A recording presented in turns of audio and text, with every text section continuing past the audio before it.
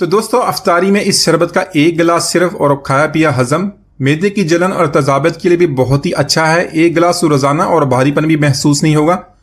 बिस्मिल्लाहिर्रहमानिर्रहीम, अस्सलाम वालेकुम, वेलकम टू माय चैनल। तो दोस्तों आज हम बहुत ही मज़ेदार और बहुत ही हेल्दी शरबत की रेसिपी बनाएंगे। आप इसको एक दफ़ा ज़रूर ट्राई कीजिएगा, आप इसको बहुत पसंद करेंगे। बनाने में बहुत ही आसान है, आसानी से इसको घर में बना के आप महफूज कर सकते हैं और सारा रमज़ान इसको इस्तेमाल करें। तो चलिए इसको बनाना शुरू करते हैं। तो यहां पर सबसे पहले इस शरबत की रेसिपी के लिए हमने 1 कप सौंफ का ले लिया है, साथ में 15 से 20 सब्ज इलायची लेंगे। तो इसी तरह आपने सौंफ को पहले सबसे पहले 2 से 3 दफा अच्छी तरह पानी से धो लेना, क्योंकि इसके अंदर मट्टी वगैरह होती है, इस तरह मट्टी वगैरह निकल जाएगी। साथ में सब्ज इलायची भी ऐड कर लेंगे। तो इसके अंदर 2 से 3 कप पानी के ऐड करने के बाद इसको अच्छी तरह 2 से 3 दफा धो लेंगे ताकि सारी मट्टी अच्छी तरह निकल जाए। तो दोस्तों आज की हमारी रेसिपी बहुत ही मजेदार बनने वाली है। वीडियो के अंत तक देखिएगा, लाइक और कमेंट जरूर कीजिएगा, चैनल को सब्सक्राइब कीजिएगा ताकि आने वाली तमाम वीडियोस आपको मिलती रहें। तो यहां पर इसको अच्छी तरह मिक्स कर लेंगे। मिक्स करने के बाद इसको 2 से 3 दफा निकाल लेंगे पानी से।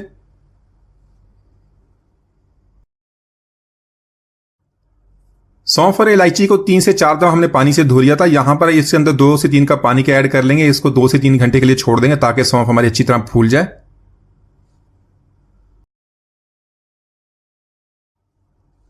इसी के साथ हमने एक कढ़ाई ले ली है, इसमें 2 से 3 कप हमने पानी के शामिल कर लेने हैं।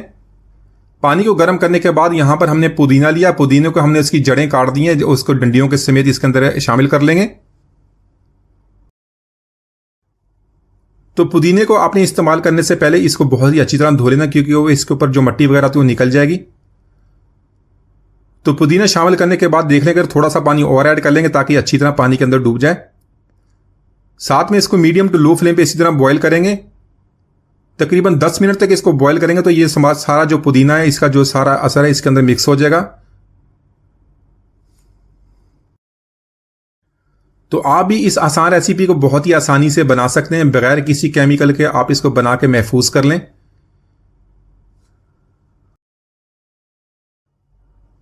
तो इसी के साथ पुदीने को हमने बहुत ही अच्छी तरह पानी के साथ बॉईल कर लिया। इसका सारा जो इसका पुदीने का जो टेस्ट है इसके अंदर मिक्स हो गया।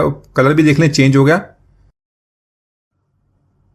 तो पुदीने को यहां पर निकालने के बाद एक स्ट्रेनर में शिफ्ट करेंगे। इसको अच्छी तरह प्रेस करेंगे ताकि इसके अंदर से सारा पानी निकल जाए। उसके पास जो पुदीने वाला पानी है इसको भी स्ट्रेनर में से निकाल लेंगे ताकि इसके अंदर जो पत्तियां वगैरह वो भी निकल जाएं।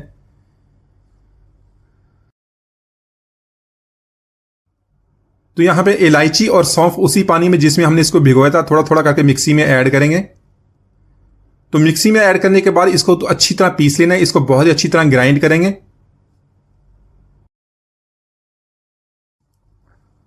तो यहां पर सौंफ और इलायची को हमने बहुत ही अच्छी तरह पीस लिया। देखें इसका किस तरह अच्छा सा पेस्ट बन गया है। तो स्ट्रेनर में डालने के बाद इसको अच्छी तरह प्रेस करेंगे इसको, ताकि इसके अंदर से सारा जो इसका पानी निकल जाए। तो इसी तरह जो इसका ये बाकी बच जाएगा, आप इसको ज़ाया करने के बजाय इसको चाय में डाल के इस्तेमाल कर सकते हैं या थोड़ी सी मिश्री डाल के इसको खाने में इस्तेमाल कर सकते हैं। इसका भी बहुत ही ज़बरदस्त टेस्ट बनता है। तो इसी के साथ फ्लेम को ऑन कर लेंगे। जो पुदीने वाला पानी था उसमें सौंफ और इलायची वाला पानी ऐड करेंगे। फ्लेम को यहां पर मीडियम टू हाई रखेंगे। मीडियम टू हाई फ्लेम पे इसको बॉईल करना शुरू करेंगे। इसको हमने उबालना है। तो आज की रेसिपी के लिए इस शरबत के लिए आप चीनी, गुड़ या शक्कर किसी चीज का भी इस्तेमाल कर सकते हैं। आपको जो भी पसंद है इसमें से कोई भी चीज आप इस्तेमाल कर लें।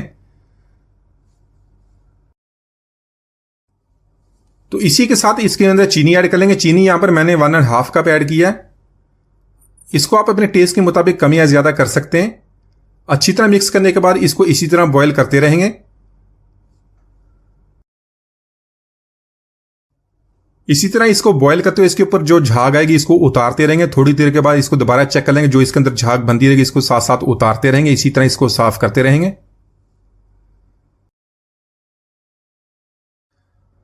तो इसी के साथ इसमें फूड कलर ऐड कर लेंगे। दिखने में भी खूबसूरत लगता है और बहुत ही जबरदस्त इसका कलर बनता है। साथ साथ इसको मिक्स कर लेंगे। इसको इसी तरह बॉईल करते रहेंगे। जो झाग बनेगी इसके अंदर से वो उतारते रहेंगे। तो यहां पर कुछ मसाले ऐड कर लेंगे जिससे इसका टेस्ट और भी बढ़ जाएगा। 1/2 टी-स्पून यहां पर मैंने भुना कुटा जीरा लिया। 1/2 टी-स्पून काली मिर्च का पाउडर ऐड कर लेंगे। साथ में 1/2 टी-स्पून काला नमक। तो यहां पर इन सारी चीजों को अच्छी तरह मिक्स करने के बाद इसको इसी तरह बॉईल करते रहेंगे।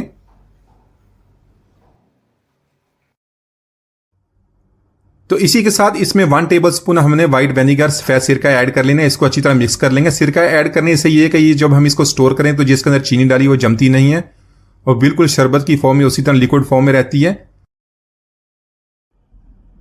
तो यहां पर देख लें सारी चीज़ों की मिक्सिंग हमने बहुत ही अच्छी तरह कर ली है और इसके अंदर जो हमने पानी ऐड किया तकरीबन हाफ क्वांटिटी उसकी रह गई और शरबत हमारा काफ़ी गाढ़ा हो गया। फ्लेम को यहां पर ऑफ कर देंगे। ठंडा होने के बाद ये तकरीबन और भी गाढ़ा हो जाएगा। मैं आपको चेक करवा दूंगा।